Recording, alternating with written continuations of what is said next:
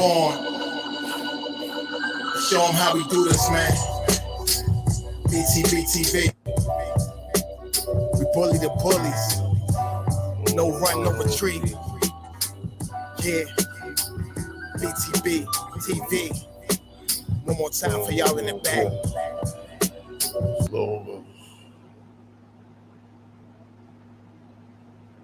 Y'all slow ninjas. Right.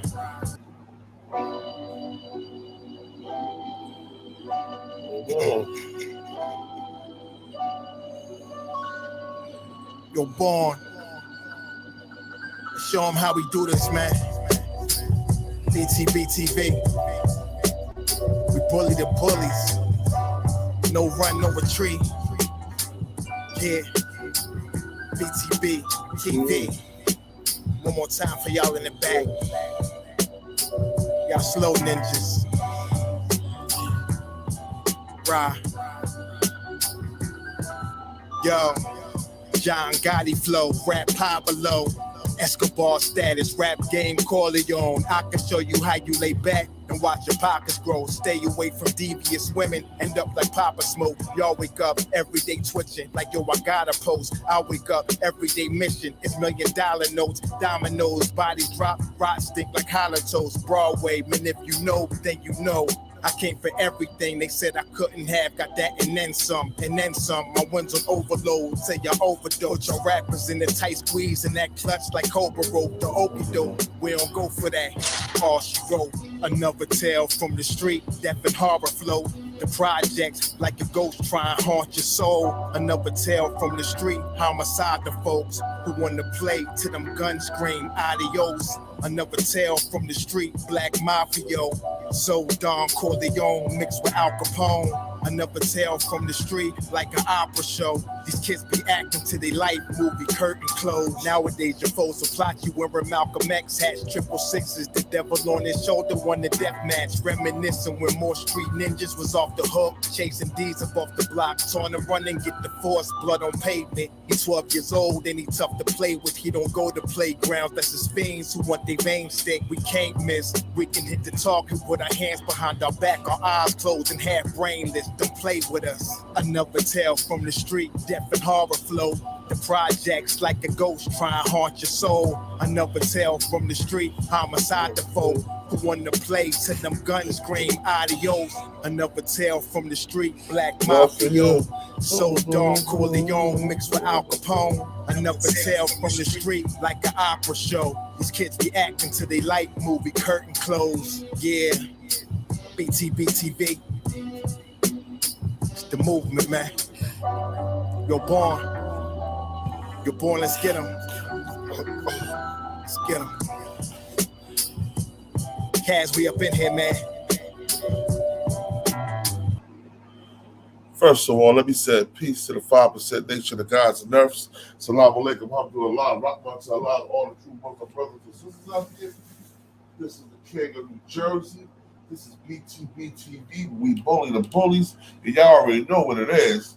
You know, I'm sorry for the late start, but I'm here. I was up working the third shift with my bro. Me, my sister, and two bros up working third shift together. So, you know what I mean? Up there building and adding all night and shit till like 5 this morning. And I got work tonight, so I had to handle some business. Get some rest, you dig? Yo, but check this out, man. I see Black to the P in the building. Salute to Magnificent Mecca, Ming E at TSTV. Salute, bro. I see you. The first thing we're gonna talk about, though, I'm gonna play something from something Big U said. I want everybody to listen to this. How about how the game was a liar? You know what I'm saying? And we all know the game was a liar.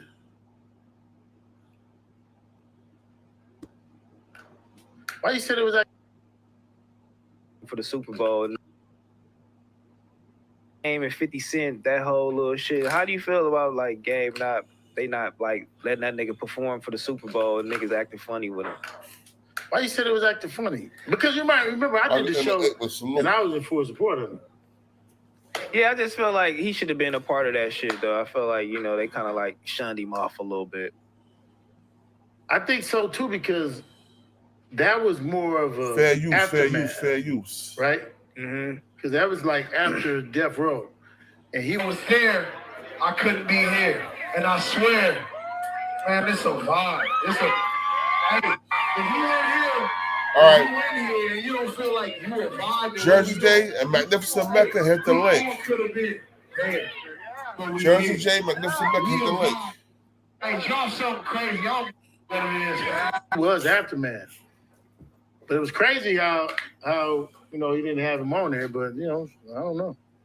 I didn't feel no way because I really didn't realize he wasn't on there until I seen 50 Cent on there. Yeah. That's what really make you his ass, because if 50 wouldn't have been on there, we would never be saying what game, man. Yeah, it's just been who all they advertised. And then we didn't know 50 was gonna be on there. Till we like, this nigga hanging upside. Oh, that's 50. And so, you know, like, and I seen the Breakfast Club thing, and that went viral times 10 times. Yeah. I think Game had too much to drink on that. I love that nigga when he be talking that shit though. I'm 300.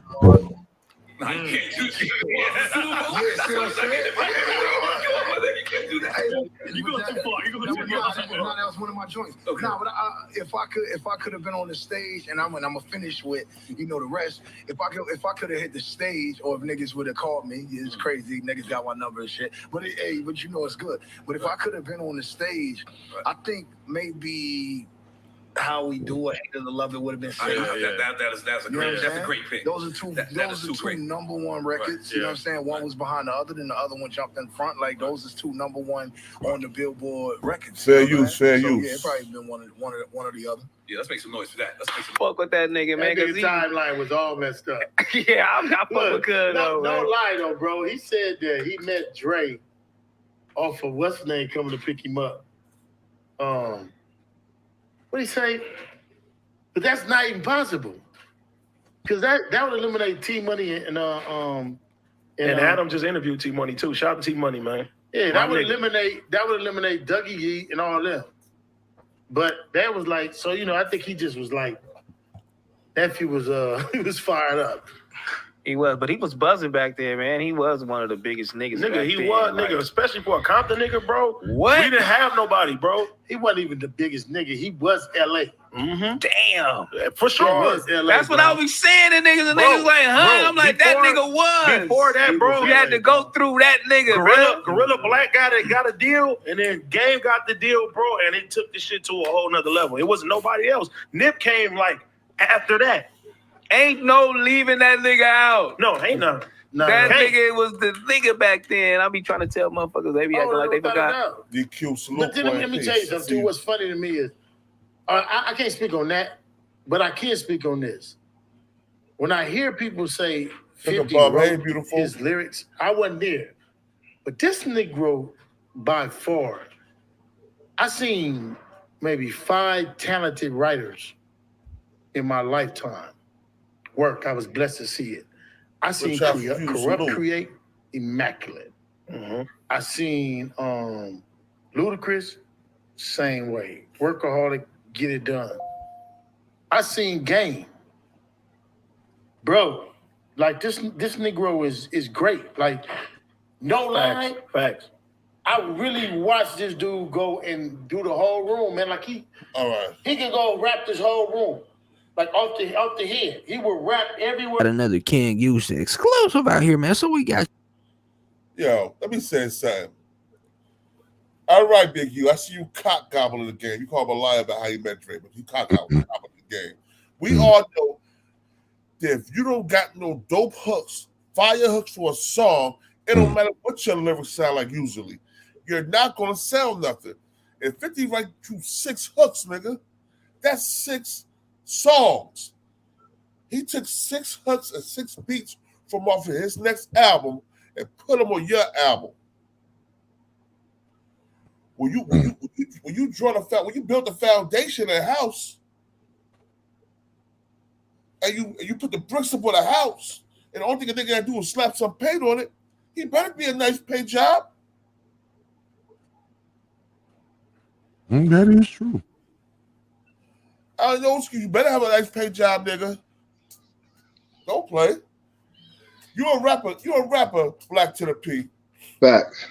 If 50 wrote 6 banger hooks for you and gave you 6 beats like that on your debut album, is there any way you can fuck that up? I'm thinking I'm gonna think Marshall Mathers, because that's who really did it. You know what I'm saying? 50 ain't want to do that. He did that because, you know, he got paid to do that. Yeah. But nah, Game definitely need to pay homage to 50 if 50 did that for him. Ain't no if. It's proven. It's proof. Everybody say it. But Game. Right. Hey, well, look, hey, all the chicks say I got the biggest motherfucking slong in the world, but that doesn't. No, that's not what they say, Jay. That's not what they say. I spoke to them. I'm openly admitting that they might be lying. Yo, all I'm saying is I wasn't part of that conversation. I'm just saying. I wasn't part of that conversation. Jay, bro, we on topic. Let's stay on topic. All right, I'm just saying. We'll talk about your later. I mean, look. No. I got game. I got Game like this. Game found the lane in his hip hop. You know what I mean? And when I say he found the lane, I don't think he was rapping too long before he got on. So I would expect that some of his stuff was written for him versus him doing it himself. But you gotta think about it. Yo, Game was signed to Aftermath a year before 50 even got there. They had that on the shelf. Right. They had him on the shelf. They can't do that with him. But to that credit, you got to think about who you're talking about when we're talking about Aftermath. We're talking about Dr. Dre. Listen, yeah. We still waiting for, listen, we've been waiting for Detox for what, 10, 11 years now? So that's what I'm saying. He had that nigga on the shelf for over a year. Dr. Dre kept a lot of artists on the shelf. He kept Eve on the shelf until Rough Rider grabbed her. You know what I'm saying? Eve probably wasn't hot when he had her. Yeah, you know what I'm saying? She probably wasn't hot until Rough Riders got her. And she got with that New York style. Eve always been hot. What you talking about? Eve always been hot. Eve's always been a hoe, not hot. Listen, my point is this. Then she's been a hot hoe. How about that? Yeah, how about that? Yeah. Listen, this is my point. This is my point about the game. I'm thinking about the game, and this is just my opinion. I'm thinking, like I said, he found the lane in hip hop, and he had writers for a while. He might be right. He might have came to a point in his career where he was writing his stuff himself. But in the beginning, when he got Game had no writers. I think 50 did bless him with some gems. I think 50 gave him a hook to some songs, but as far as writing his bars, I don't think 50 can out-rap Game. I think Game can out-rap 50. That's just my opinion. No, 50 can out-rap Game. I see 50. That might be a nice one. We should campaign for verses. 50 ended Game's career. Don't forget about all these rappers' careers. He ripped these niggas verbally, lyrically. Come on, 50 was a battle rapper at first, bro. He was a battle rapper. We all heard Dreams of Robbing the R&B nigga. I'm saying all that. The mixtape was cool.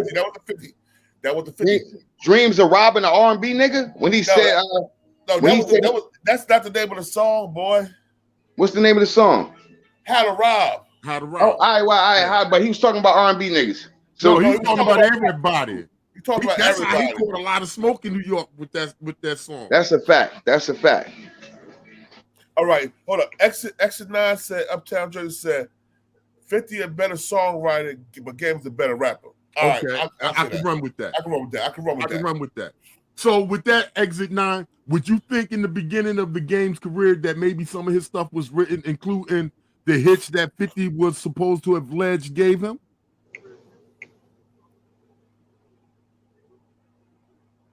You know what I'm saying? Ain't alleged. He got paid. 50 was still getting paid off the Game albums 2 albums later. Right. Yeah. So it ain't alleged. That's that paperwork. Yeah, that's that paperwork. You know what I'm saying? Thank you, Exit 9. I say the same thing. I think in the beginning of Game's career, he was getting stuff written for him. But like I say, you get into a rhythm, he might have started writing his stuff after a while. But I guarantee you his first album, a lot of it wasn't written by him. Hey, brother Chris Down, hit the link, man. You're a rapper, bro, too. Hit that link and let me know what you think about it. Hit the link, brother Chris Down. You ain't too busy, nigga. You up here commenting. I just think he found his lane. BTV, nigga. You haven't been up here in a minute. So that BTBTV live, nigga. I'll put you on punishment. That's my little bro right there. You know? Black to the P outside. Yeah, it's nice out here. Yeah, it's beautiful out. It's too hot. It's too hot. I went and cut the grass. I went and cut the grass at one of my properties like 8:30 this morning. Tennis was mad as hell. Lawnmower. I ain't doing that shit at 12 in the afternoon. Got to sweat off about 10 pounds. Oh man. But yeah, game, man. Like I said, I like some of game stuff, man. Like for real. Especially that Black Wall Street movement. Oh, can you hold on? Vaughn. Yeah. He said he running around right now. His grandma just passed away. Oh, God. To your grandma, and I'm sorry to hear that, Chris. My condolences, What's man. up? Rest in peace, Grandma. My condolences, Grandma. Yo, hit me when you get My down, man. condolences. Lee Murray. Person, we tripping on what? What we tripping on, homie? Because we said the 50 wrote the game first 6 hooks for his song and gave him the first 6 beats off his album. He did. Dr. Dre admitted that. Eminem admitted that. He got paid for doing it. Damn, Black, you still carry a wallet? Me too. I'm a grown ass man. Nah, I carry my shit. Hold up, yeah. Let's listen to the rest of this. Let's listen to the rest of this. Hold up. Got your boy Big U, the OG Big U, man. Speaking on the game and the whole Super Bowl situation. Now, I know this shit's getting kind of old, man, but you know, like I said before, you know, the game, I feel like he should have been on the stage, man. He was, you know, he does represent the West Coast. He brings it back to life, you know, back when it was like dead for like 10 years straight, you know what I mean? So I feel like the game is definitely a factor in this West Coast shit, man. And they left him out and put 50 Cent there. That's like a slap in the face. I ain't gonna front. But, you know, Big U talks about how, you know, the game, a lot of people say the game made a bunch of lies, you know, during the whole Drink Champs episode and shit like that. And one of which was how he met Dr. Dre. Damn, man. And man, check this out. The game that should have been there, motherfucker. Fuck the game. Pardon my French, my Swahili, my English. The game should have been there. The game had one hot album, and he fell off after that. So no, he shouldn't have been there. Why? What you gonna do? What you gonna make it a reunion song of him and 50? The Hate It Love It tour? 50 did 6 tracks on the Game's album, and he rapped on all of them. He didn't rap a Young Boy, Lloyd Banks, or Tony Yayo's shit like that.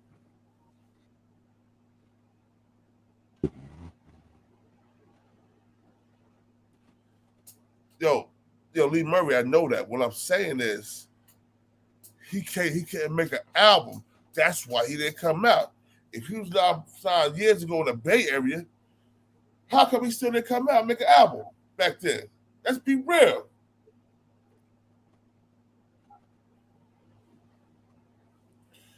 He didn't write on his first album. That's how we see it. If you didn't write the hooks and you didn't write the music for that album, and it's all 50 shit, and he took off his second album to give it to you, then who fed you, nigga? Let me see. He was trying to get on. Okay, yeah. I mean, I can dig that, trying to get on. But what I'm asking is, when it comes to my opinion about his first album as far as writing, am I wrong? Did he write that whole album? I mean, did he get blessed with some gems for the album? He definitely got blessed. Okay, all right. That's all I'm saying. All right, yeah, all I'm saying is this: at some point in his career, he was a writer. He started writing for himself. You know what I'm saying? Yeah. But I just believe his first album, what was the name of that? The documentary, right? The documentary. Okay, I believe a lot of that wasn't just written by him. A lot of it. Yeah, documentary, yeah. I just believe a lot of it wasn't written by him, that first album. Facts. He definitely said his life. Yeah, facts. Yeah, and I ain't saying Game was a bad rapper. Game was just a bad hit maker. 50 could battle and freestyle, but he could hit make too. Come on. Who would think about Who would think about ever making a song called a Ghetto Quran? Hey, but look, How to rob. But somebody had made White a point. stuff. Somebody had made a point earlier saying that Game is a better rapper than 50, and I know what he mean by that, and that's like performance wise. Because I got somebody lyrically. No, I'm not talking lyrically. I'm talking performance. He'll perform better than 50. 50 performer. Okay. I can't give him that. All I'm saying is this. I got somebody in my camp, hell of a writer, but he can't spit it. And it ain't because he talk like he Mongo. You know what I'm saying? That ain't going to flow on a 2022 track. But I'm trying to convince him to be a ghostwriter. Your ghostwriters make just as much as money as... Don't make more money. Yeah, you know what I'm saying? You ain't got it. You ain't got the stage presence, homie. You ain't got that. But you got a pen. That pen could be deadly. That pen can put money in your pocket. You ain't got to be on the forefront because you ain't got it. You ain't no rapper. You a writer. You know what I'm saying? So with that, it's like I said, I think you can't kill a nigga dreams though. Nah, you can't kill a nigga dreams, but damn, I'm gonna help you. I'm not gonna let you go out there and make a fool of yourself. Somebody might like Mongo. Nah, I don't like Mongo. Hey, you want to hear some of his shit? No, I don't. I'm good. No, I don't neither. I'm just saying. No, I don't either. It's that horrible. I mean, his lyrics is tight, but he can't flow it. He don't have it. You know what I'm saying? Right. He don't have a stage presence. And that's important. We're about to hop over to DL Hughly, right? Oh, this nigga. And Monique. What you think on that then, God? Man, what's your opinion? I think Monique did exactly what she should have did. Rip that nigga to shreds. That's a fucking fact, Quack. Born. Watch the F-bombs. The reason I say that is because DL Hughly been doing a lot of caping for these white people and shit. You know what I'm saying? That be facts. He been dissing a lot of black people for these white people. You know what I mean? I believe she had every right to say how she felt about it. Yeah, don't get me wrong. I like DL Hughly. I like a lot of messages that he tried to put out, a lot of stuff out for the community, for the black people, a lot of awareness. But if he went in there and stole her hairline, love this trimmer. I don't respect that. The Flex Series kit comes with a precision trimmer, an exfoliating brush. I got mine coming. Yeah, I got mine coming. Hey man, drop that $11 a month and get the premium. Monique responded to DL Hughly posting his contract. She said there were some of you who were fooled by the smoke and mirrors of DL posting his deal memo versus his performance agreement. Here's my performance agreement, and here are emails and texts confirming that as per usual, I'm going to always keep it real and honest with my people. If you notice, Math has signature, DL's does not. What type of ironclad agreement doesn't have signatures? Now you told me to check on my management, and this is what I came up with. So how did I do? Perhaps you should have taken your own advice, because I'm sure your team would have advised you against trying to pass a deal memo off as a contract. To those out here who thought a deal memo was the same as a performance agreement, especially some of the comedians, this is how we're constantly taken advantage of by the business. And then she went on to say, and just so you know, the promoter already told my team before the show that you didn't have a signed agreement. That's why I'm not surprised you're using a deal memo. That said, maybe they lied to you and actually have a contract. If so, the promoters have put themselves in a terrible position to have more than taken legal action against them beyond malicious concealment for breaking the contract at the last second. That said, DL, we the people will be waiting for your signed agreement. Number 1, contract signed. Number 2, email a PDF of run-up show. Number 3, run-up show. Number 4, additional email with RS. Number 5, what I walked into minutes of arriving to the theater. Can you say receipts, LOL, to my people who refuse to fall for the okie dokie, even though they do? I love y'all for life. So based on what Monique said, she's saying DL did not show no official contract. It was just a deal memo. Yeah, salute, bro. And she actually got hers signed. And on hers, it says show information, May 28th, 8 p.m. Rodriguez, DL Hughly, and Monique at the bottom. I guess that's saying that like she's actually going to be headliner. And she got text messages to prove it. Look, I do not know about this professional contract shit. What's a deal memo? What's an official agreement? But what I do know is DL's did not have no signature on it. Monique had a signature on it. But look, I do not care. Like, us regular fans don't care about the contract shit. I mean, I get that people could care about Monique getting treated unfairly.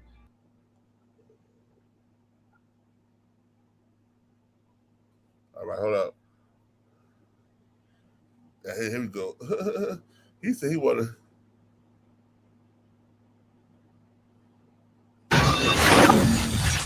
MR.TV. This is SJ for MR.TV News.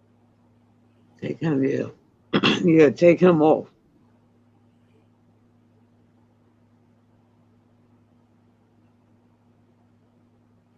All right, hold on. Here we go.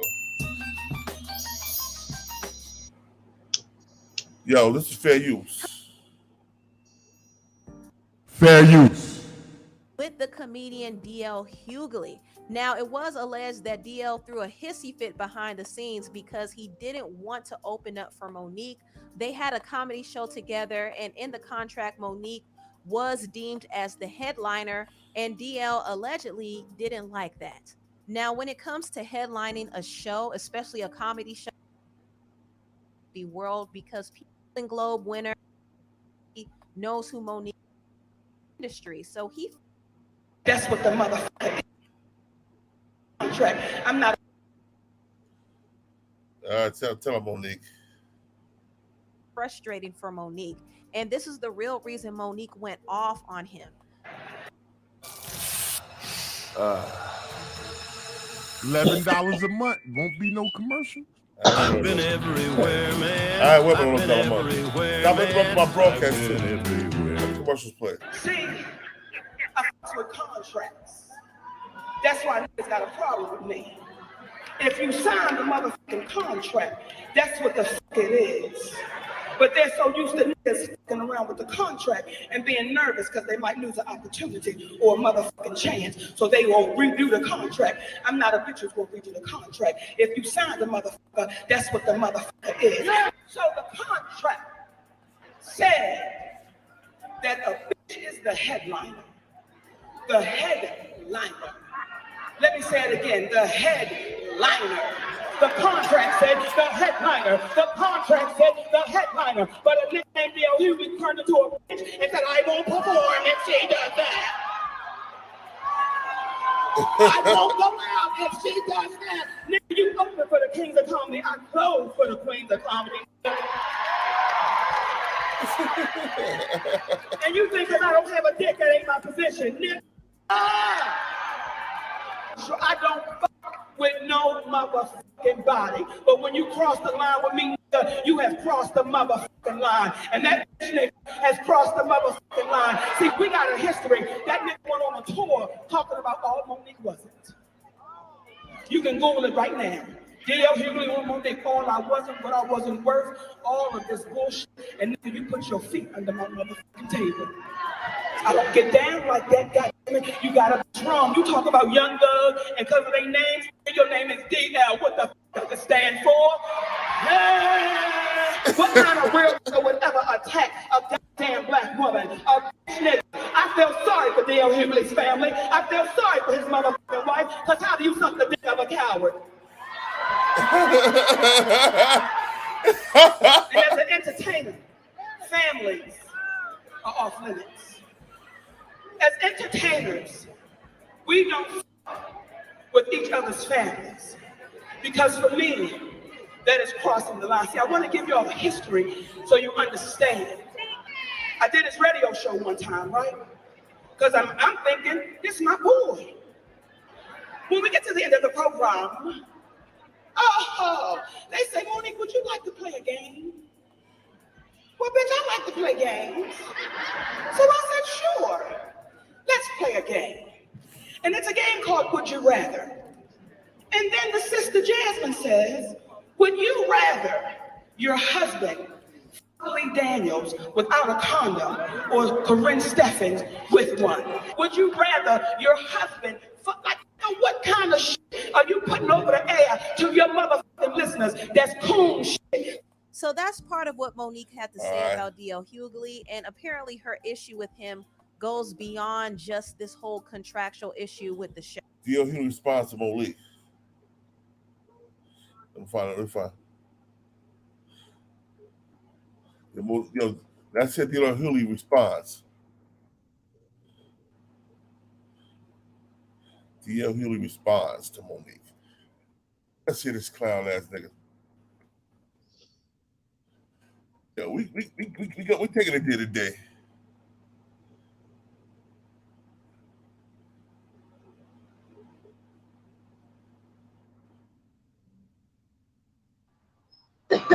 Yeah, that was some coward shit DL Hughly did, yo. Some straight coward shit.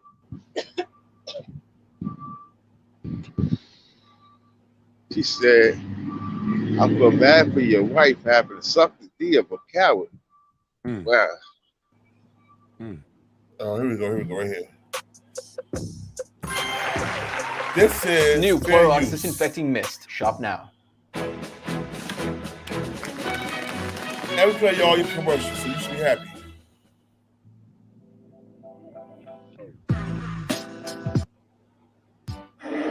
What kind of real is that? What kind of real attack a goddamn black woman? I feel sorry for the Hughly's family. I feel sorry for his wife. Because how you did of a coward.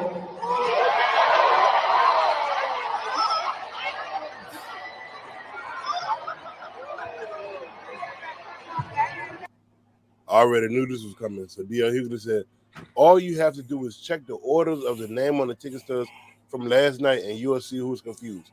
Against my better judgments over the objections of my team and 4 other occasions where I said no, I decided to take a chance and work with Monique. Oprah was the problem. Tyler Perry was the problem. Charlamagne was the problem. Steve Harvey was the problem.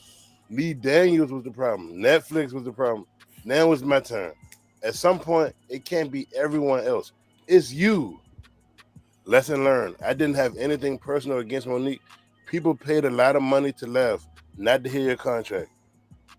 Apparently, the role that you played in Precious turned out to be an autobiography. I wonder who's next. Signed Dre and DL Hughly. Okay. Yo. Everything he said was straight facts because, like I said, Monique, all this first started back in 2010 when she was supposed to do her, everything that's supposed to do with winning the Oscar. You're supposed to get on stage, you got to thank the Academy, whole bunch of politics you got to play. Monique did not want to play the politics game. So ever since then, a lot of high-profile directors did not want to work with her, did not give her no big leading role like she had on Precious. Then fast forward to around the time of 2017, 2018. I guess she wanted to get her stand-up career back popping. She saw what Amy Schumer was getting. She saw what a lot of white comedians was getting. She saw what Chris Rock was getting. And she feel like she been in the game since the 90s. She deserves what all of them is getting. Once she figured out she wasn't getting that amount, she started blaming everybody. She started talking about Lee Daniels, Oprah. I started going at Steve Harvey. Yeah, I can't. Netflix. Like she just. Yo, this guy right here, he seemed like he's a DL Hughly dick rider. So I can't really take what he says seriously, man. Because, like I said,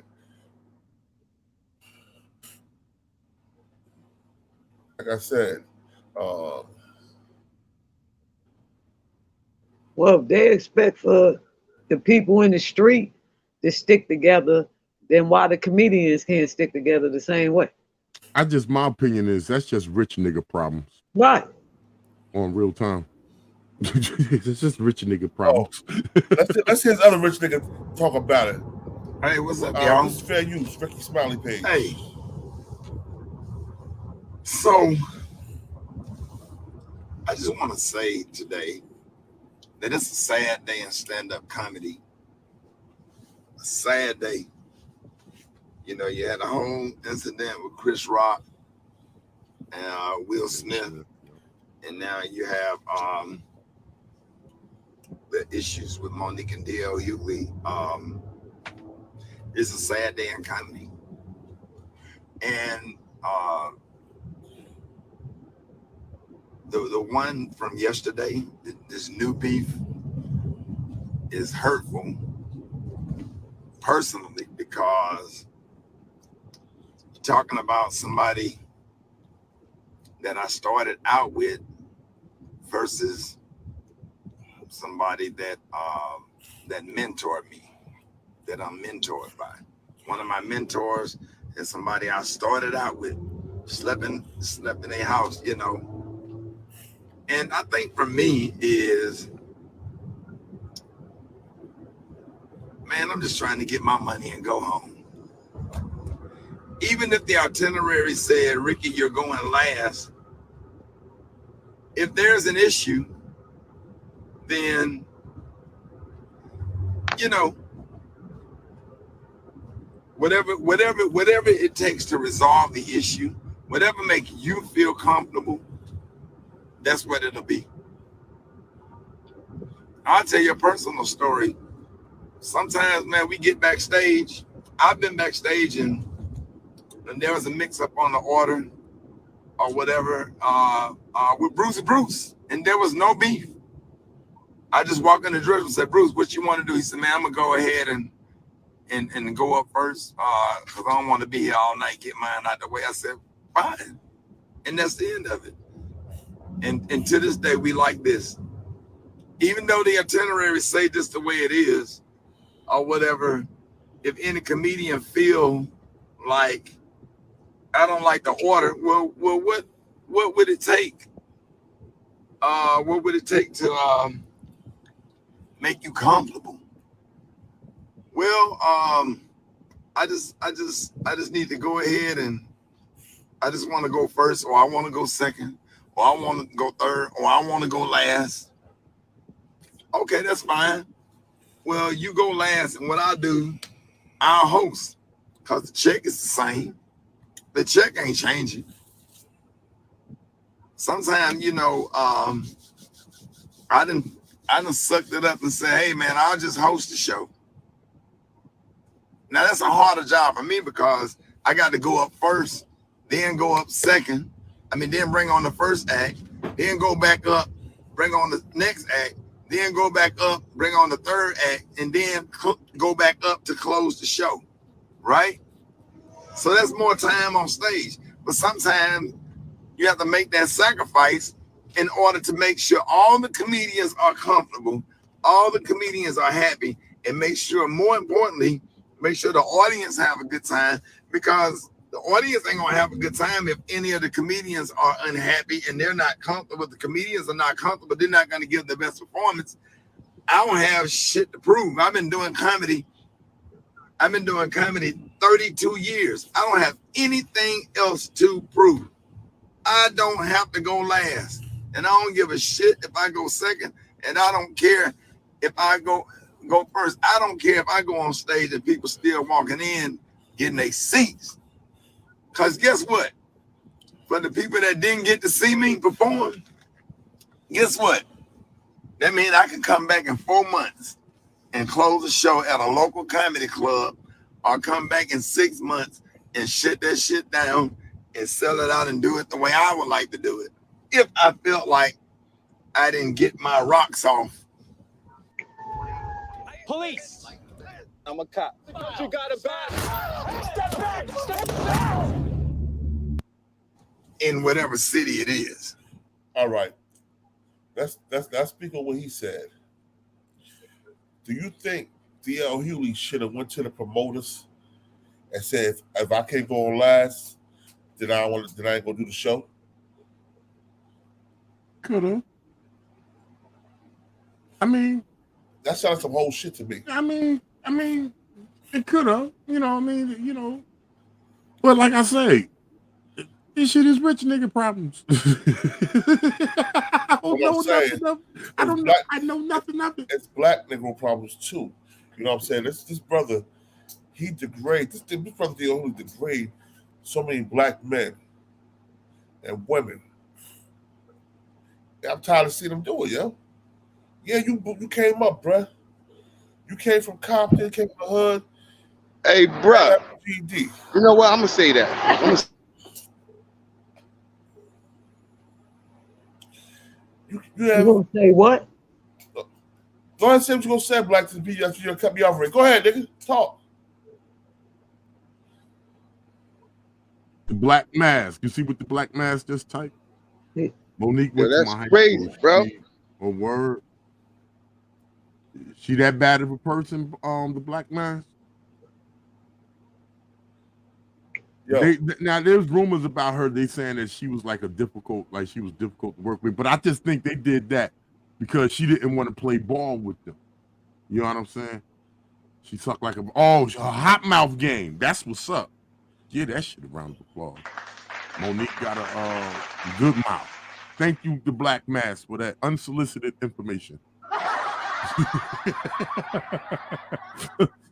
But I just think like she wasn't playing ball with them the way they wanted her to play ball with them, and they blackballed her. And I'm gonna tell you something. And I'm gonna say this. DL Hughly knew Monique and her temperament. He said he let them ask her a question on his talk show about, would you rather your husband I heard that. have raw sex with a man, or protect sex with a man, or protect the sex with Corinne Stephens? I guess that's when they went left. That's when they went left. Yeah. Yo, bro, come on. You don't disrespect no woman and husband like that, yo. What's wrong with you? You disrespect her family. She never disrespected your family. You ate dinner at her house. So what's a certain amount of respect that you should have for her? Right. Yeah. She had line queens of comedy, like she said. Yeah. And you was the first act, nigga, of the Kings of Comedy. And you was funny. He was the driest one on the Kings of Comedy, in my opinion. Yeah. I just think it was Bernie Mac and said. First of all, nobody, in my opinion, on the Kings of Comedy was funny but Bernie Mac. Nah, him and I'm just saying that's my opinion. I don't think Cedric was funny either. Cedric was all right. He was better than DL and Steve Harvey. I'll tell you that. Yo, the women on Pennsylvania Avenue was funnier than them. Nah, yeah, them two. I'm telling you, Cedric got bars in that joke shit. Yeah, but when we say this, but Bernie stole it. Bernie stole the whole show. He stole it. Wasn't he the headliner? Was he the headliner? Yeah, he was the last one. Bernie Mac was the last one. He was the headliner. Yeah. Bernie Mac was the headliner. Well, continue to rest in power, Bernie. Love Bernie Mac, man. Give that nigga a round of applause. Shit. Yo, bro, I feel the same way about Precious, bro. It was a horrible movie that shouldn't have been made. It ended up to degrade the black woman and black community. That was Lee Daniels. Our people. No, Lee Daniels, but Lee Daniels, he's a botsy. He a botsy boy. Whatever. He's still our people. He ain't my people. He's our people. We gotta stop denying our people, black. We can't. We know we all ain't right. You know what I'm saying? No, I want to know how is Monique delusional when the contract said one thing and she wouldn't go by what the contract said.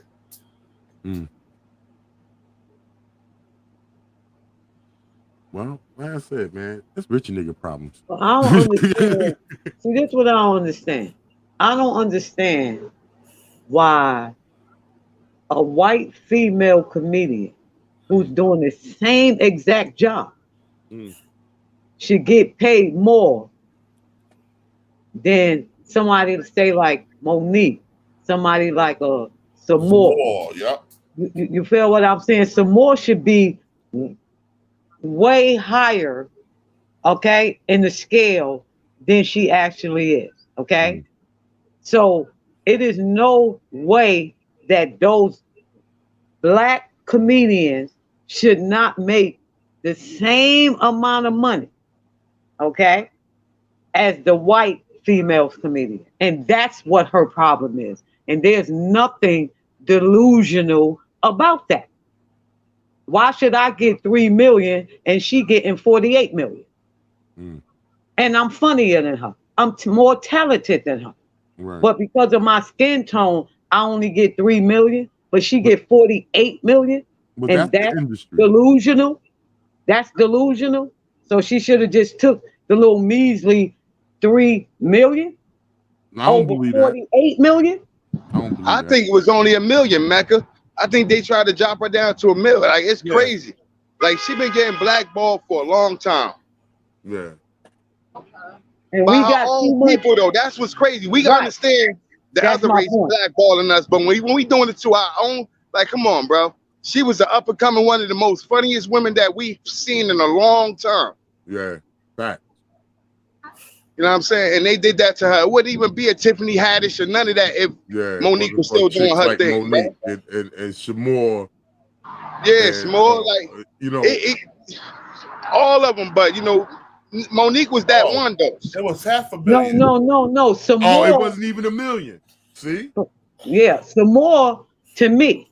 Because I like creativity, how people put words together, wordplay. That's why I like Eminem, because it's wordplay. Okay? Now, to me, out of the females, some more is the funniest female comedian that get the less recognition. That's I love some more. Hey, yo, I love some more. some Stand more. up. Some more. Jersey represented Trenton, New Jersey. Trenton, New Jersey, man. Round of applause. Yeah, I love some more. Some more funny as hell. But at the time, as far as career wise, she couldn't even touch Monique's career. Right, because You know what I'm saying? I don't think she was trying to expose herself to Hollywood that way. Exactly. I think that's why she didn't go far in Hollywood. Because a lot of people was on that Hollywood way. They seen it for what it was, and it was too much for them, and they didn't really delve Well, into it. Shamor did movies, but she took like the low budget black owned movie style. You know what I'm saying? Monique was more of the limelight, precious, and one of the big movies and shit like that. Right. Chasing that bag. And like I said, I mean, for black actors, we can look at Denzel and Will Smith and all them. They get in that bag because of the body of work they put in. And I just think Monique was trying to do that, but on her way to banging, they was I don't think, but Jay, I don't think she was chasing the bag, Jay. I think she was paving the way for other women behind her. You know what I'm saying? To say, look, listen, we don't just do comedy. We ain't just somebody to laugh at. You can take us serious. That's why she tried to take on more serious roles like Precious and shit like that. You know what I'm saying? I don't think it was more such of her trying to chase the bag, because when it came down to the money, she turned a lot of money down because she wouldn't take less than what she thought she was worth. All right, I understand. You know what I'm saying? That. I'm not gonna see. When I say chasing the bag, I'm not saying they're just gonna take any old thing that come their way just for the sake of taking money. And for herself, Lunel is funny as well too. Lunel is funny. Lunel, funny as hell too. But see, that's a different see, that's a different kind of comedy. Yeah, right. See, Lunel is more Richard Pryor Pryor type comedy. Yeah, right. Lunel is more of an El Campo. Right, that's a fact, Jack. Okay? There's levels to this shit. This is Maya King revisit. Mr. Maya King. The Yale contract wasn't signed. Monique was signed. We show that. She showed to prove that. So if the contract was signed, one was signed, the other wasn't signed, what did I tell you? That Monique had the right to feel how she felt. And if she knew 2 months ahead of time, she wouldn't even did the show, period. Right. So she had to file it that day. Because we know how Monique is. Monique would say, fuck you at the show, I'm out. Right. Fuck all y'all. Yeah, facts. Yeah, Adele Gibbons is funny too. Adele Gibbons too. She's a funny one. That's a fact. But you know what's crazy though, bro? For Monique just to be trying to get her foot back in the door, she's trying to get back in the game, and for a nigga to do some shit like that to her is fucking. That's just disgusting of us, bro. You feel me? Yeah. Like I said, rich nigga problems. Yo, should have been blackballed by everybody. Tyler Perry, all Lee Daniels, all these people. You know what I'm saying? Oprah, Blackballed. Oprah. She finally getting her apologies. So people starting to open the door back up, and then DL go pull a stunt like this. That's crazy. But we all knew GL was a cool. So if she wasn't right, and this is one thing about our people, when we know we right, we don't apologize. Damn right. Period, point blank. Sometimes when I'm wrong, I don't apologize. Exactly. Exactly. So for them to apologize, that means that there's what she had to say about them held a lot of weight. Okay? Mm-hmm. She was speaking facts. Yep. People don't like facts. They don't like it. That's a fact. They'll turn their back on you for Hollywood. With Steve, she asked Steve Harvey why he not doing more to help the people like she's trying to. Steve Harvey told her the best thing you could do for poor black people is not be one of them. That's crazy. Hey, Dion Albert. Wanda Sykes is one of my favorite comedians too. She funny. Yeah, Wanda's funny. Shout out to Wanda Sykes. Yeah. Right. And Wanda Sykes, to the person that said the white lady selling out Madison Square Garden, Wanda Sykes can sell out Madison Square Garden. Facts. Monique can sell out Madison Square Garden. Okay? Adele Gibbons, all of them, they can sell out Madison Square Garden. It's just about the opportunities. Do they get these opportunities? Salute, Lisa, salute. I see. And you got to look at the industry itself. You know what I'm saying? And how they do. And shout out to Cat Williams, because he keep a lot of them females on tour with him too. Yeah, shout out to Cat Williams. Cat Williams, the OG. Get that nigga around.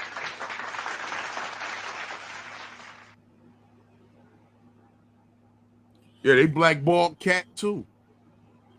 But Cat's still making his money. Yeah, he's still getting it, but they blackballed him too. Oh yeah, they tried to hurt him. They tried to destroy his career. But when you naturally funny, when it ain't something that you got to practice doing, he do that waking up. He wake up and he funny. Right. So you know what I'm saying? All he had to do was lay low for a little bit, get everybody out your face, and then boom, right back on the scene. There is a difference. He was still torn. He was still torn. Yeah, there's a difference between a memo and a contract. Okay? Mm-hmm. A memo is a written message. There's no signature on a memo. There is a signature, time, and date stamp on a contract. Right. Two separate entities. Right. You can send somebody an email and put something in the memo. Right. You can write a person a check. It says memo. Right. If you're giving it to them for the car, you say for car note. Right. Uh-huh. So when you learn the difference, then you will understand her frustration. But as long as you don't know the difference, you're going to think that he had a contract when he had a memo and she had the signed contract. Yeah, memo is basically a draw up that they use, and if they need to amend the coming contract, the memo is adjusted accordingly, and then they make the final contract from that. Right. A written message, especially in business. Right. That's all that is. It's like a pre-written, it's written to structure the contract that y'all trying to come to.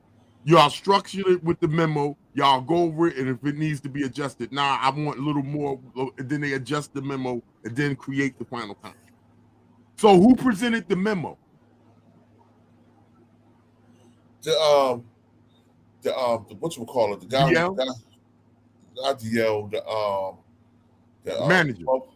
Not the manager, the guy who had them for the show. The promoter. The promoter. Okay. Well, if it's already a signed contract, that memo don't mean nothing. Don't mean nothing. Because you still gotta pay. If she decided not to go up there and perform, you still would have had to pay her. At least she went there to perform for y'all. You did. She just did what y'all wanted to do. She ripped DL a new asshole, but that was That's what. Well, sometimes, like I say, when people are outspoken like that and don't, because I'm one of them people. Like I'm not taking no shorts, and I know sometimes when I'm rubbed the wrong way, I could go hard. I could go extra hard, do too much in the whole nine. So I could understand her frustrations and how she go about it. You know what I'm saying? How she go about expressing her frustrations. You know what I mean? It's just real shit. You know what I mean? What's up, young? But it's just real shit. You know, that woman been going through a lot in that industry for years, man. Years. You know. Yeah. You're First they was talking about her weight. Mm-hmm. Did she lose all that weight? Mm-hmm. Now she a crackhead. Mm-hmm. Then now she not funny no more, but she's funny all while she was fat, making jokes of her weight. Now she ain't funny no more because she talk about amen. Who not funny, Qua? That's what people trying to say about Monique. But she's not funny no more. Monique hella funny. You don't stop. Monique funny, boy. You just a hater. You don't stop being funny. So let's hear what the brother had to say. Let's listen to what the brother had to say, because he's the one know. Right. Smiley. Look at Smiley. Sometimes, man, it just comes down to air usage. Common sense, common courtesy. What do I have to do or sacrifice to keep down confusion and beef? Maya King, do you like black women? Going on. Are you married to a black woman? Maya King, the art of stand-up comedy. Maya King, are you a Mexican? A bad name. Oh, she got a daughter with me. Okay. Yo, press that. You know what I'm saying? You just wanna do the right thing. You know what I'm saying? You want to do the right thing and to make sure that the audience have the best experience that they can have. Now, let me say this other thing. I'm trying to back in and talk to y'all at the same time. You know, black people have to be quiet for a minute when we backing in. Turn the radio down and sit your ass down in that back seat and be still. Don't you see me from the back up? All right, here's the other thing. I forgot what the other thing was. I forgot what I was going to say. See, bagging in to a car space even take away your train of thought. Because you have to focus. Because you don't want to get too close to either car. Okay.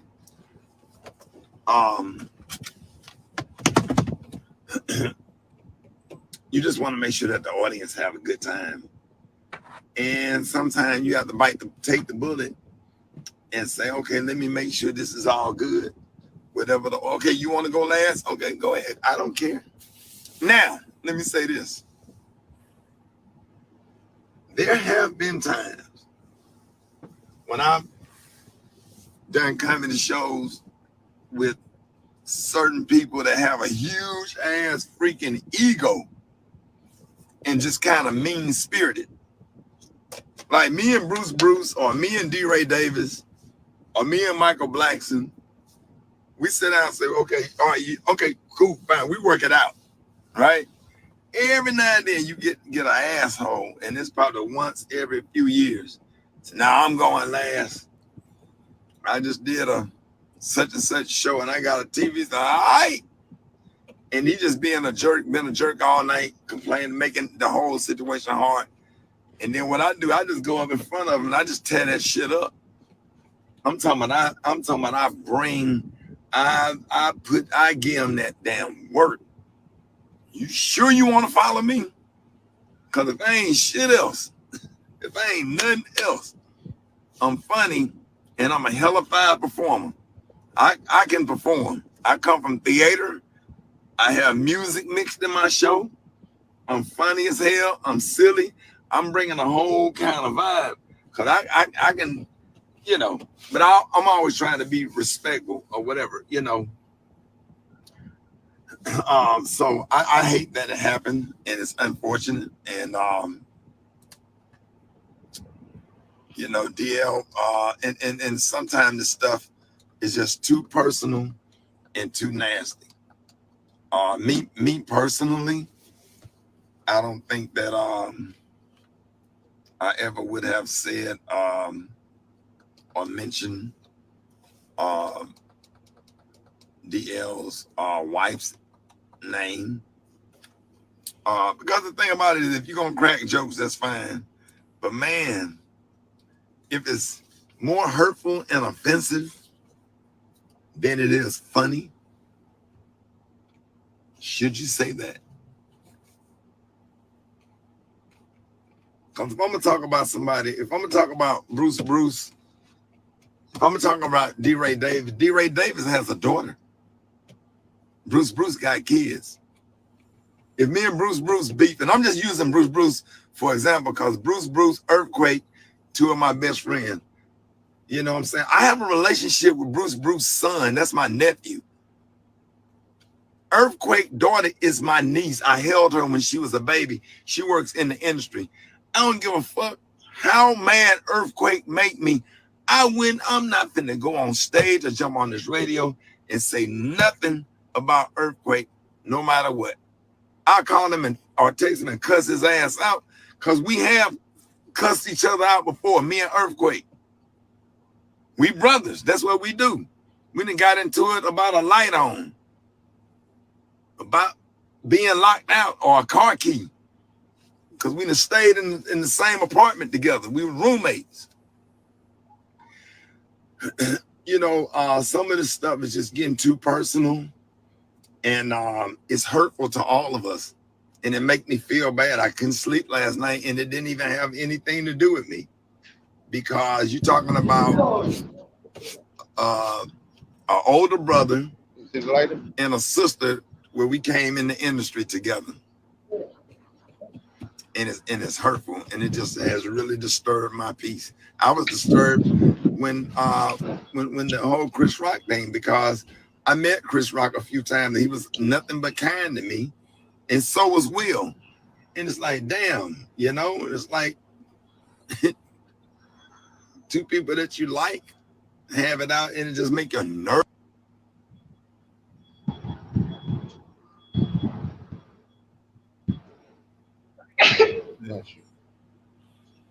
So now let me say this, man. I hear what Ricky Smiley is saying, but Ricky Smiley is one of them church forgiving niggas. I'm not.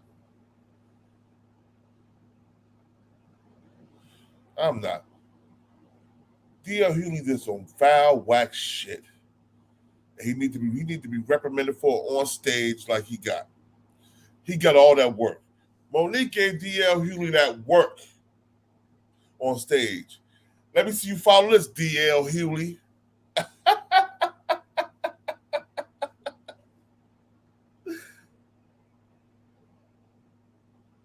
Yo, how y'all think DL Hughly did with following Monique's performance on stage? Say it again. How do y'all think DL Hughly did with following Monique's performance on stage that night? I didn't see it.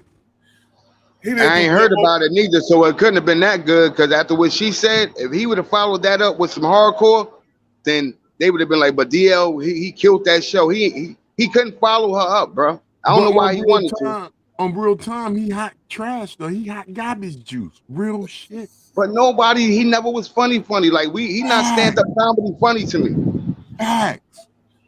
How you let people like Kevin Hart and Cat Williams come in the game way after you and surpass you by far? Blow you out. He knew Jersey J funny. Nah, he ain't no New Jersey J funny. He Bill Bellamy funny, my nigga. Bill Bellamy. Bill Bellamy for Jersey too, yeah. He's starting. Now he's from North Elizabeth, because I know he lives in Elizabeth. He Flex Washington funny. Yo, he used to play basketball at the Street Center with us every weekend. He still ain't funny. No, that's what I'm talking about. No, we talking about where he's from in Jersey. Oh.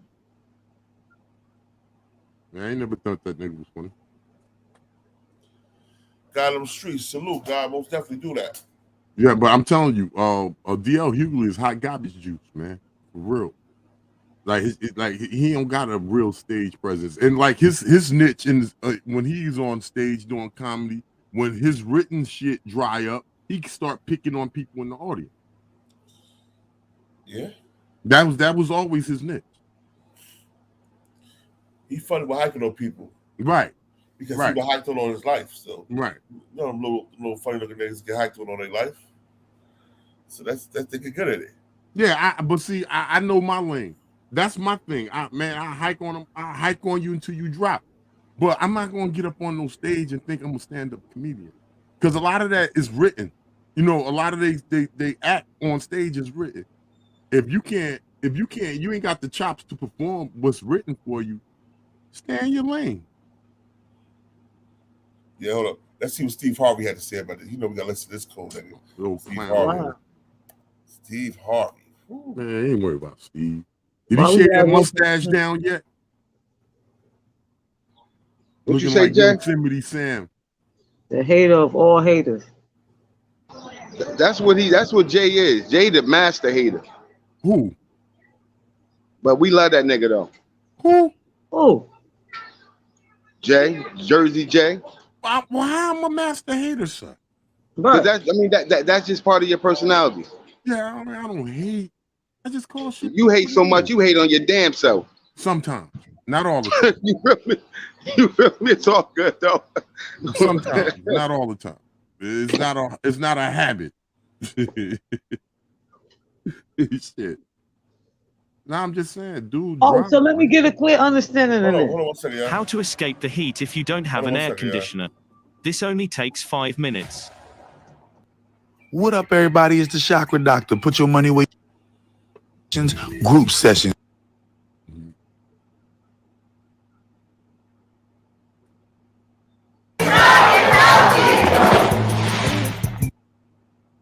What up, y'all? It's your man Sam. All right, Chad. It's fair use. Go ahead and say what you're gonna say.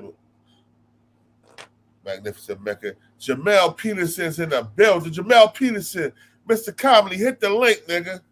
Hit the link. Let's see what Jamel Peterson got to say about. He did a show on it yesterday. So let me get a clear understanding of this. So when Will Smith,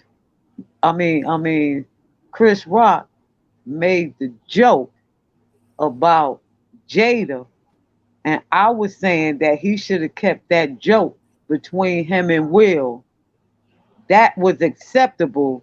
But Monique saying what he said about her husband and then said what she said about his wife, now she wrong?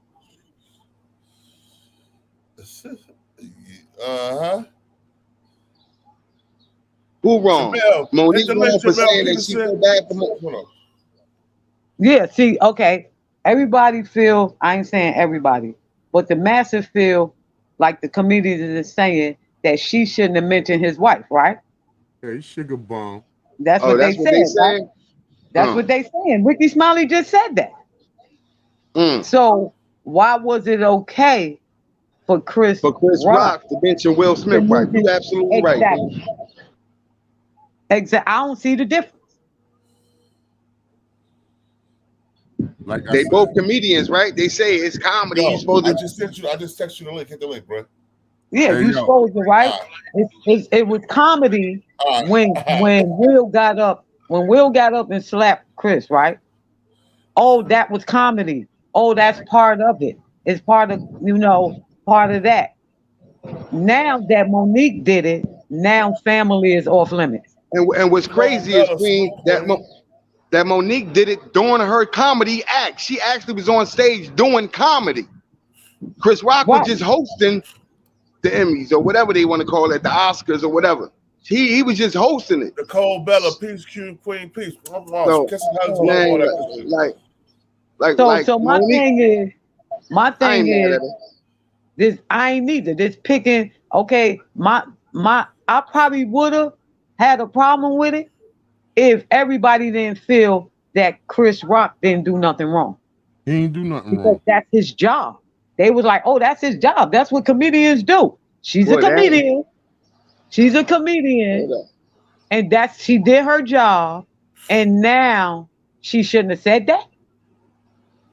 Nah, listen, my whole thing from the beginning when Chris Rock did it was that just because this your job, that don't mean I gotta take your assault, bro. Good morning, Nicole. How you doing? Like I said, I just believe Will Smith to be a sucker when he ran up on that stage and smacked Chris Rock.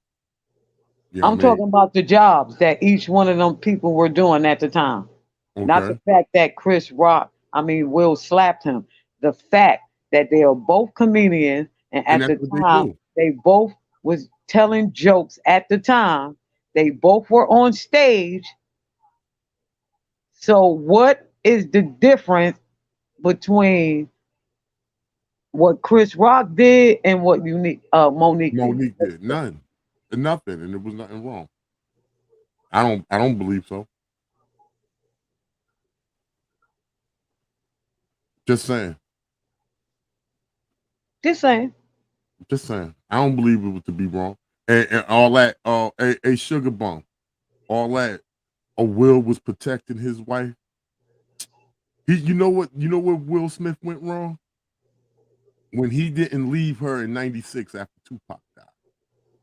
He should have left her right when he died.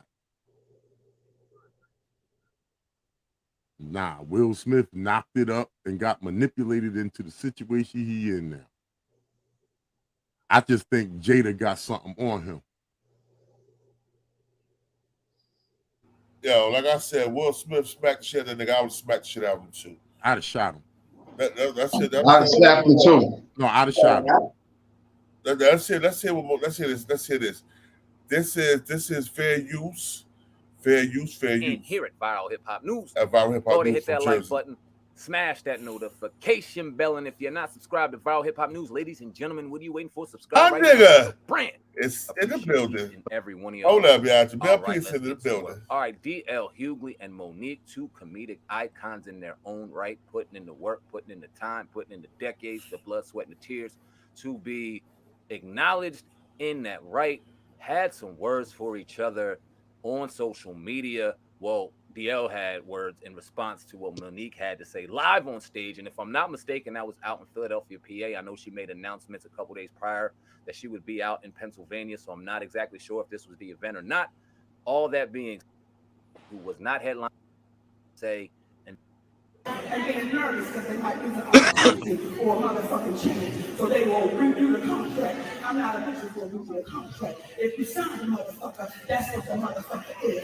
So tonight, I'm going to break it down in Detroit without a full rest of the motherfucking woman. And I don't know what the fuck is going on this stage right now. So my action is a little different because they got me fucked up. They got me fucked up. All right, before we go into it, Mr. I Am Comedy Jamel Peterson, welcome to the live chat. Tell us what you think about the situation, brother. Salute to the big homie New Jersey Kings. I want to salute you, man. You know, and thanks for having King of New Jersey. King of New Jersey, but oh, my bad. King of New Jersey. You know what I'm saying? He'll be calling me New Jersey King for months. He's dyslexic. Leave him alone. He's dyslexic. Now, tell me what you think about that. I got information man in here too. So okay. What you think about that, man? My thing is, you know, coming from me doing comedy, you know, since I was 9 years old, you know, so being a comedian, for me personally, I felt like Monique had buttered DL Hughly's fucking biscuit. I'm not gonna lie, and I got respect and love for both of these guys. You know what I'm saying? For Monique and for DL. You know, back in the 90s and you know early 2000s, I rocked with both of them personally. But Monique, I feel like she went extremely hard. Like I thought I was listening to Tupac Hit 'Em Up. But I said, damn, she went in on this nigga for 8 minutes straight. You know, and I felt like I understood her frustrations from you know people in Hollywood saying she's hard to work with, her being blackballed, if so they say, you know what I mean. So she had all that frustration. You got to think about it. It was like Will Smith. When Will Smith slapped Chris Rock, that slap wasn't really for Chris Rock. That slap was for Jada, you know, initially. And for all the people that made fun of him for so many years. So Monique's been being made fun of for years. Netflix don't want to give her the money that she feels that she deserves, even though her relevancy far as stand-up, she's not that relevant as the Monique from years ago. You know what I mean? From taking that time out. You know, so I felt that was where her frustration is. So that's pretty much why she slapped DL Hughly with all that fucking fire. You know what I mean? But I felt like DL should have came back like comedically, like and slayed her. Because you know, DL ended up, you know, being the headliner that night.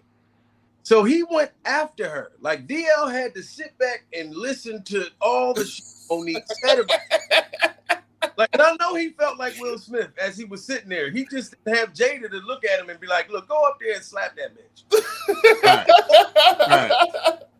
Or go try to tackle her like the kid tried to do Dave Chappelle. No. You know what I'm saying? But I think, truthfully, like Monique, she gives me that vibe of, you remember Harlem Nights? Sir. The woman that Eddie Murphy shot in the foot? Yeah. Bella Reese.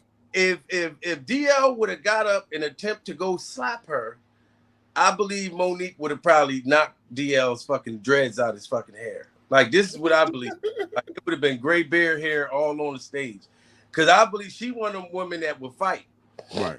You know what I'm saying? So, but I felt that he should have roasted her afterwards. He only made a few jokes about that situation of what she said, you know what I mean, afterwards. And then he went on Instagram and said that that first it was Oprah, then it was Tyler Perry, then it was Steve Harvey, then it was Charlamagne, you know what I'm saying? And then now it's me. So Monique, maybe you're the problem. Like, he just spoke on it. I felt like he should have came back comedically hard at her. That's really how I felt. You know what I mean? Yeah. All right, and it was Information Man. Let me put you up there. What you think about Information Man? Let me put Information Man up there real quick. What Information Man think about it? Hold up. How y'all brothers doing this morning, or this afternoon, or this early morning? Peace. Peace to you, brothers. Yeah, I've been checking y'all out, man. Y'all have a hell of a show. I got a different take on it because you know, I mean, I've been following Monique for a while. I've never been the biggest fan of her. I've been following this story for a while, going all the way back to the Netflix situation. And I got to put my clinician's hat on, man. I work in mental health. I think what you see was an internal explosion that came out of Monique over years of however she's been treated, even by her comedic peers. There's a group of comedians that I get on their show every now and again called the 5 Black Comics, and they say that within the comedy industry, that Black comics are very competitive against each other, comics in general, and that internally, behind the scenes, a lot of times you have shit like this that goes on between comics, specifically Black comics, right? We're all trying to fight over these crumbs and shit. And I think her frustration, and she was right to do so, is that there's a contract that's written, and then the shit gets flipped around because of these promoters. And when I understand, these promoters, they do this kind of stuff where they say, well, this person's the headliner, and then they flip and change it up. I think Monique is frustrated because she doesn't feel like she's getting support from her peers, from her Black comedian peers. She didn't feel like she was getting support when she spoke out about how Netflix did her. I think a lot of people didn't come out. Then a lot of your directors, like your Tyler Perry's, your Lee Daniels, people who portray themselves as being for the Black community, who make questionable movies, in my opinion, making Black men look bad, they turned on her because she said herself, remember, she's actually telling us behind the scenes how this Hollywood game works. She's telling us, she says Lee Daniels came to her and said, well, you got to play the game. She's letting you know that these Negroes, a lot of them are coons, man. A lot of them are coons. They want you to play the game and kiss ass. And this is a real sister. She a real sister. She ain't going to play games. And she exposed DL Hughly. DL Hughly over the years has said some things that I agree with, and he has said some coonish things. And remember, when you listen to that, I listened to the full version of that video last night, of the video on her on stage. She revealed some things. She said, the one thing I don't believe in doing is talking about people's family members. And she said that a while back, that DL Hughly, I think when she was going through the Netflix situation, he said some greasy things, I believe, either about her husband, talking about a scenario, talking about a gay scenario. Would you rather be screwed by, would you rather have AIDS or be screwed? Something like that, right? So I think she held all that shit in. And the reason why she went on for 8 minutes, because all that shit was pinned back. We don't know how much Monique hasn't told us that she's held back. And that night, she let it all out. And I think people didn't like her delivery, because let's be honest, we don't, as men, we don't like to hear women talking to us like that at all, right? But at the same time, she literally did slap the shit out of DL Hughly with her words last night, just as Will slapped the shit out of Chris Rock, which I didn't think was right.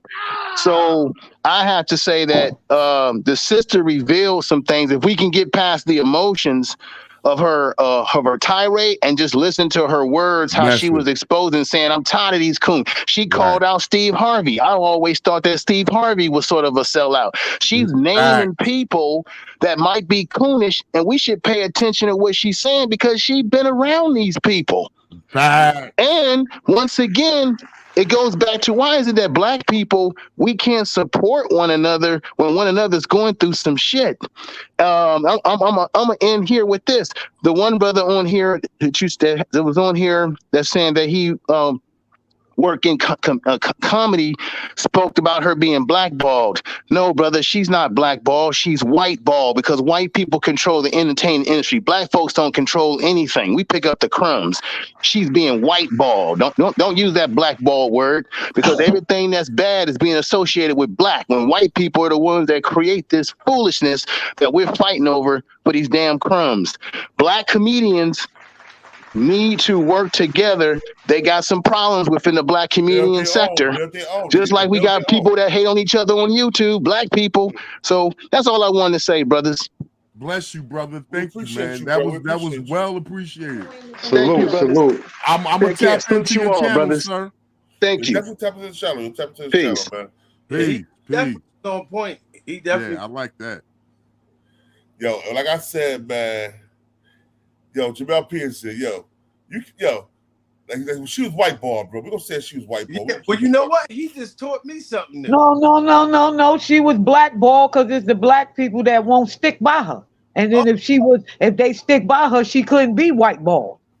But to the brother's point, okay, that's two. I like both of the scenarios they just gave. Like blackballed, I went with that term because that was the term that was, what I learned. Right. Well, her black colleagues never stick up for her, cause she's too. I guess she's too overbearing of a woman, a black woman. She one of the black women that you be the hood, be like, yo, I can't fuck with her, man. I'm gonna smack the shit out of her. You know what I'm saying? Right. No, no. She one of those black women that is not gonna let nobody take advantage of her, and any woman with a dominant personality is going to be considered difficult, a bitch, or something in that nature, because like he said, men don't like women talking to them a certain way. That is facts. Yeah. No, that's a big fact right there. That is a huge fact. There are women that... Yo, hold up. You know what? Information, man, you're 100% right, because she is too black. Yeah. Too black. If she was light, if she's one of them light-skinned high yellow heifers, they're don't be shooting at my mulatto sisters. If she was a light-skinned high yellow heifer, they would cater to her ass. They would have gave her $1 more? Because she still would have been considered black. No, the light-skinned, listen. She's a nigger. People are color struck in our community still, man. And you know this shit. Someone would say she would still be considered black. Niggas are color struck in our community. They love. Yeah, she would have got paid. I said she would have got paid $1 more. Yeah, you know what? I feel like it was also an ego thing because of the fact that like DL went to the promoters. Let's not forget, he went to the promoters and said, hey, if you guys allow her to be the headliner, then I'm not going to perform. So you know the promoters is like, shit, we ain't trying to miss this money. So fuck it, we gonna let him do it, and then we'll just take Monique off, which was wrong because she had a contract. You know what I'm saying? So, but they were just thinking about the money. They didn't give a fuck how we would have to sort out us as a people, how we had to sort out and dissect what took place. You know what I mean? But I would have let her go. You know what I'm saying? Because let me tell you, when I but why would DL Hughly even go behind her back? Yeah, that's what I'm saying. Like, and that's some snake Well, shit, bro. That's the type of things we do to each other. Right. And the thing is, right now, I got my next comedy show is in Vegas on the 24th of June. Now, this is what I always would say when I perform. It doesn't matter to me long as I'm not first. You know what I mean? I got to be like the third dude, or I got to be like headlining, which usually happens. But my thing is, if somebody go in front of me, all I'm gonna do is raise the bar, and I'm gonna make you nervous as a motherfucker because you're gonna have to go after me. So it don't matter if I was going after Monique or if I was going before her. If I was going before her, I know I'm gonna scare the hell out of her with my performance, and I would have let her have it if I was DL, especially after all she been through. That's my thing. Especially if she was already signed as the headliner, and you already agreed to do the show, but 2 days before the show, you changed your mind? Yeah, it's crazy, you know, how that industry worked. But, you know, I hope that they work it out at some point, because I heard Monique actually come out and say that, okay, that was just on the stage, that was just comedy, but I still love you as a brother outside of this entertainment shit. But I don't like what happened. So she actually came out yesterday and said she still love him, even though she might just be saying that. You mad? But listen what this nigga said to her. Let's listen to what she said he said about her husband. Yeah, you too. So the contract. Oh, yeah.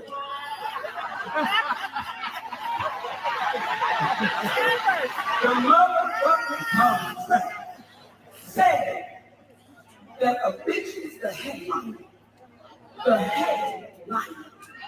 Let me say it again. The headliner. That's what the motherfucking contract says. Monique is to be the last motherfucking person on the goddamn stage. She is the headliner. That's what I signed the fuck up for. I'm 30 plus years in this motherfucking business, and I don't open for no goddamn body. The contract says the headliner. The contract says the headliner. The contract says the headliner. But a nigga named DL Hughly turned into a bitch, and then I didn't come on and say that.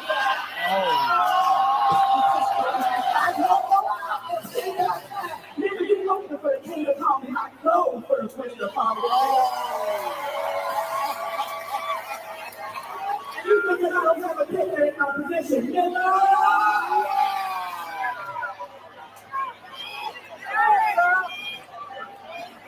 So when I read this motherfucker, your headliner has hurt. I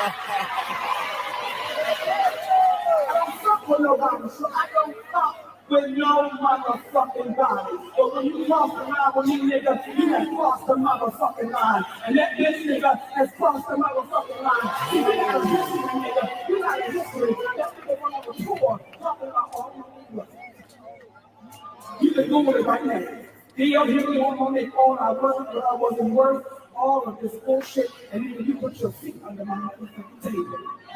So you came to my home, nigga, and you put your feet under my motherfucking table. I don't get down like that, goddammit. You have this wrong. You talk about young love and color their names, nigga, your name is DL. What the fuck does it stand for?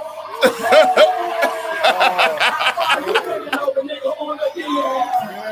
Fuck with the mama.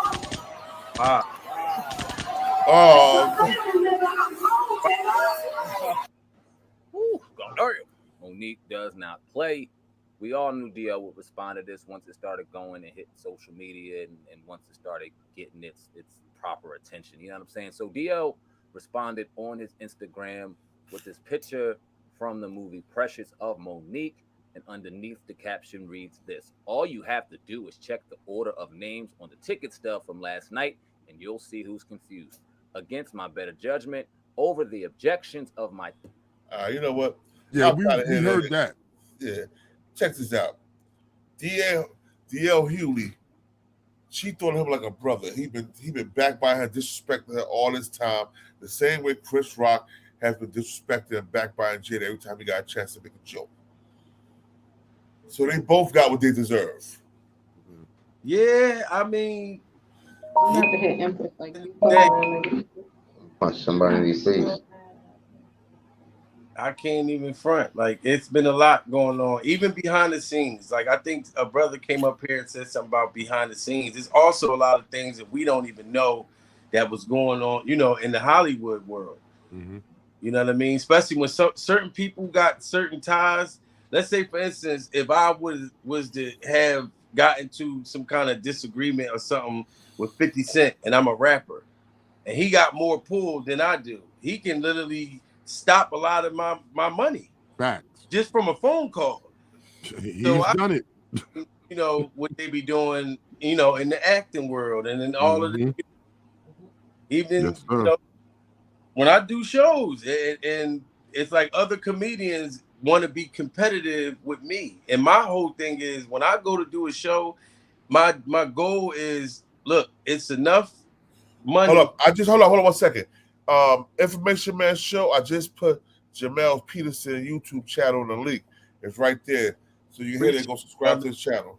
Like and subscribe. Like, share, and subscribe, y'all. Yes, sir. Yes. But yeah, Hey, yo, I'm gonna catch y'all on the backstage. I'm gonna dip out for a minute. right. Yeah, I gotta run too. But in closing, I wanted to say before I go that like when I do a stand-up comedy show or whatever, my thing is it's just to make people laugh. I don't want to be the best. You know what I'm saying? I just want to make people laugh. You know, people come out that's going through all different types of things. You know what I'm saying? They may be down or maybe depressed, or come out with your wife, or you come out with your husband. You come out to have a good time. So me, you know, arguing and going back and forth with another comedian, when it's enough money for all of us to make, it's enough, you know, supporters and people that will gravitate to you. At the end of the day, it's the people that's going to make the decision, not us.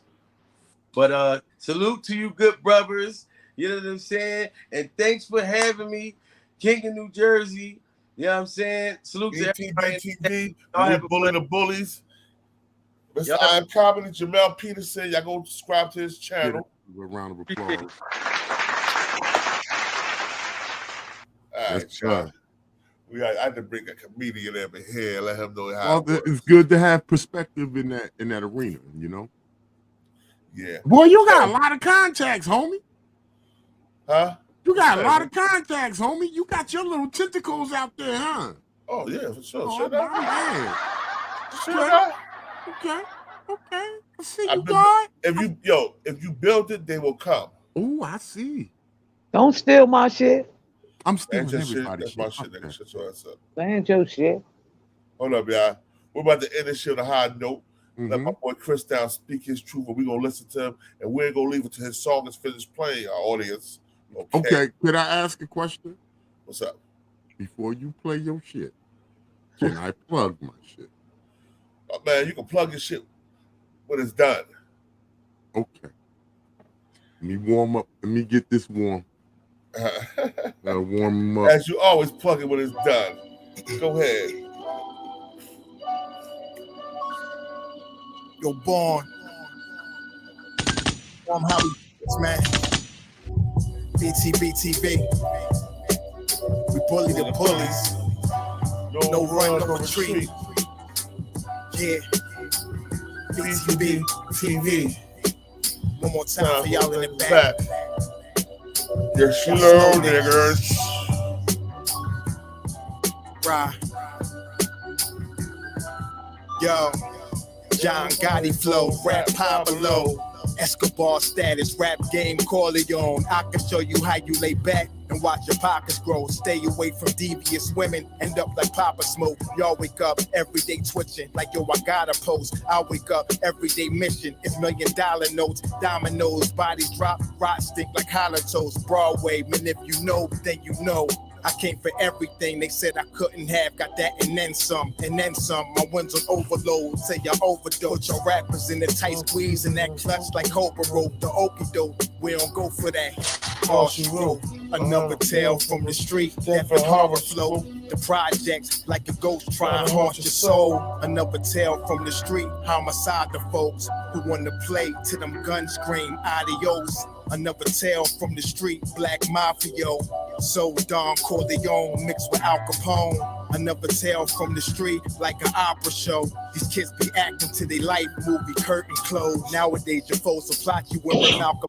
At 666, the devil on his shoulder won the death match. Reminiscing when more street ninjas was off the hook, chasing D's above the block, trying to run and get the force, blood on pavement. He's 12 years old and he tough to play with. He don't go to playgrounds, that's his fiends who want their veins stick. We can't miss. We can hate talking with our hands behind our back, our eyes closed and half brainless. Don't play with us. Another tale from the street, death and horror flow.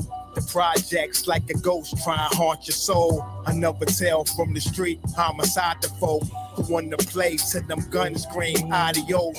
Another tale from the street, Black Mafia. So Don Corleone mixed with Al Capone. Another tale from the street, like an opera show. These kids be acting to they like movie, curtain closed. Yeah, BTBTV from the street. It's the movement, man. Yo, Born. You're born, let's get him. Let's get him. Kaz, we up in here. Yeah, Jay, plug you, brother, plug you. Listen, blow up, please. New Jersey Jay on the Radar podcast, y'all. Hold on. All right, we're going to start this over. Okay, New Jersey Jay on the Radar podcast, Anchor.fm, Spotify, YouTube channel. I'm on Tag, The Dirty Sanchez Show. Like, share, subscribe. I got to give my shout out to the ladies of my life. Pennsylvania Avenue. Girls, I'm going to spin through in the coupe today. I'm armed and ready. Check me out, y'all. Peace to the live, peace to the chat. It was a great show today, homie. Yeah, it was. I enjoyed y'all. It was a great show. This one was popping today, homie. Nicole Bella. Yo, he got that for the Pennsylvania Avenue, Elizabeth, yo. That's the Pennsylvania Avenue love, baby. Nicole Bella live right around the corner from Pennsylvania Ave, too. Hey, girl, listen, I'll spin through. I'm coming through. She not a crack whore, though. She ain't got to be a crack whore. That's all right. She's a queen. I'll just do a drive-by, look at you, beat the horn, and keep it pushing. Hey, God the brand, how you doing? God the brand, yo, God the brand. Peace. God the man, promote your channel, man. Promote your information, man. Please. Yo, we good, man. Yo, God the brand got a lot of things he's working on. He's doing a lot of things, T-shirts, all that. I gotta get with him. Endeavors. He making it popping right now. He making it hot. Hey, you like my little homeboy I strung up in the shed? Huh? You like my little homeboy that I strung up in the shed? Yeah. Yo, you stupid. I strung that nigga up. It's a rat. It's a rat. Blow it up, God. It's a rat. I know who it is. I said, who is it supposed to be, though? It ain't supposed to be nobody. It's a rat.